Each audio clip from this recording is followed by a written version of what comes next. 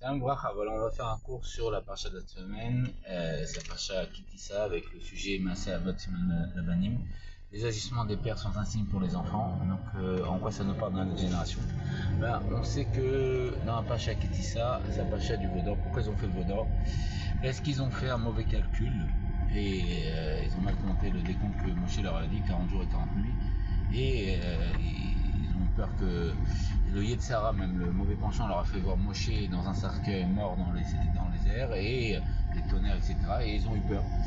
Parce que ce qui s'est passé, c'est qu'au don de la Torah, quand Dieu s'est révélé à eux, il leur a dit le premier commandement, et ils sont morts, et Dieu a dû utiliser la Taltria de la résurrection pour les ressusciter.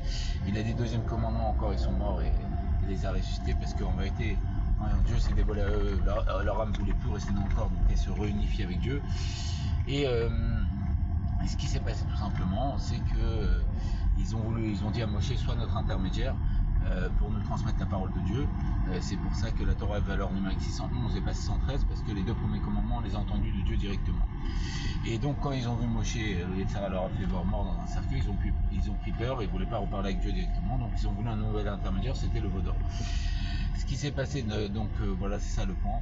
Donc de là on comprend la aura de notre génération, c'est que Gimel Tammuz, le 3 du mois de Tammuz, on a vu le rabbi voilà, dans un cercueil, on peut croire qu'il est mort alors que le rabbi a annoncé qu'on était la dernière génération de l'exil et la première de la délivrance.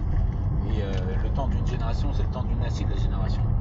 Et donc si on est la dernière génération de l'exil et la première de la délivrance, et qu'on voit à nos yeux que le rabbi est plus là physiquement, on peut vouloir un autre intermédiaire, alors que le Nassi, c'est lui le Rosh Ben Israël, le Rabbi Rosh Ben Israël, c'est la tête du peuple juif, comme il y a marqué dans la paracha la semaine dernière.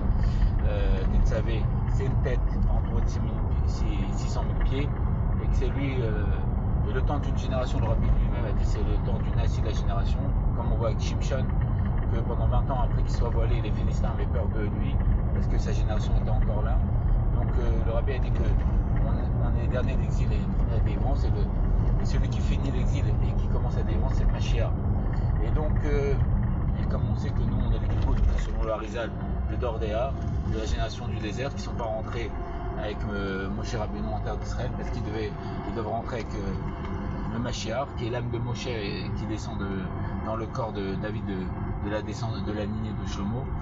Et voilà, le fait de faire le Vaudor, c'est penser que le Rabbi il est mort, de penser que voilà,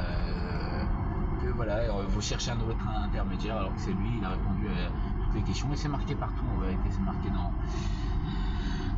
dans les Midrashim, dans la Kabbalah, dans les Nevi'im, c'est marqué partout que le Mashiach se dévoile, une minorité croit en lui, et après il se redévoile, tout le monde croit en lui. La minorité qui croit en lui, c'est les Lévi'im, ils n'ont pas fauté, les femmes aussi n'ont pas fauté. Et c'est pour ça que la délivrance viendra par le mérite des femmes vertueuses. Et les Lévim, c'est ceux qui chantaient au Beth Amikdash. Donc nous on chante le 10e chant, le chant de la Géoula, il est Ria donnez-nous, Ria donnez-nous, Renouvarben, ou Malher, Macher Mlamed. Et voilà, donc il y a plein d'éléments, c'est marqué partout. Et la dimension de Masher Ben Yosef, c'est justement le fait qu'il se dévoile, une minorité croit en lui, et après il se voile, et après quand il se redévoile, tout le monde croit en lui. Qu'est-ce qu'il fait pendant qu'il se voile? C'est marqué dans le Hari, dans le Ramak, Abravanel, tout ça, etc., le Zohar, etc. Il va tuer la mort et le mal parce qu'il descend de David qui haït le mort et le mal, ou sinon il va nous apporter les Charanon, les 50 portes de la connaissance, pour annoncer que Moshe est parti sur le mont Nebo, le Zohar ne dira pas, ni pas Nebo, mais Nunbo. Il a reçu la 50e porte de la connaissance. Et le fait de nous faire atteindre cette gadlout amourim, cette grandeur d'esprit, on sépare du mort et de la mort et du mal. Et voilà, donc c'est marqué partout. Donc ne faisons pas la même erreur que quand on a fait quand on était à l'époque de Moshe, de croire que Moshe il est mort et de faire un Vaudor, de chercher un nouvel intermédiaire alors que c'est lui le Nassi, et c'est lui, il a traité de tous les sujets, etc. Et donc il faut tous dire d'un même corps et d'un même cœur au singulier, et Ria donner nous mourrez nous vraben nous mel ramachir nous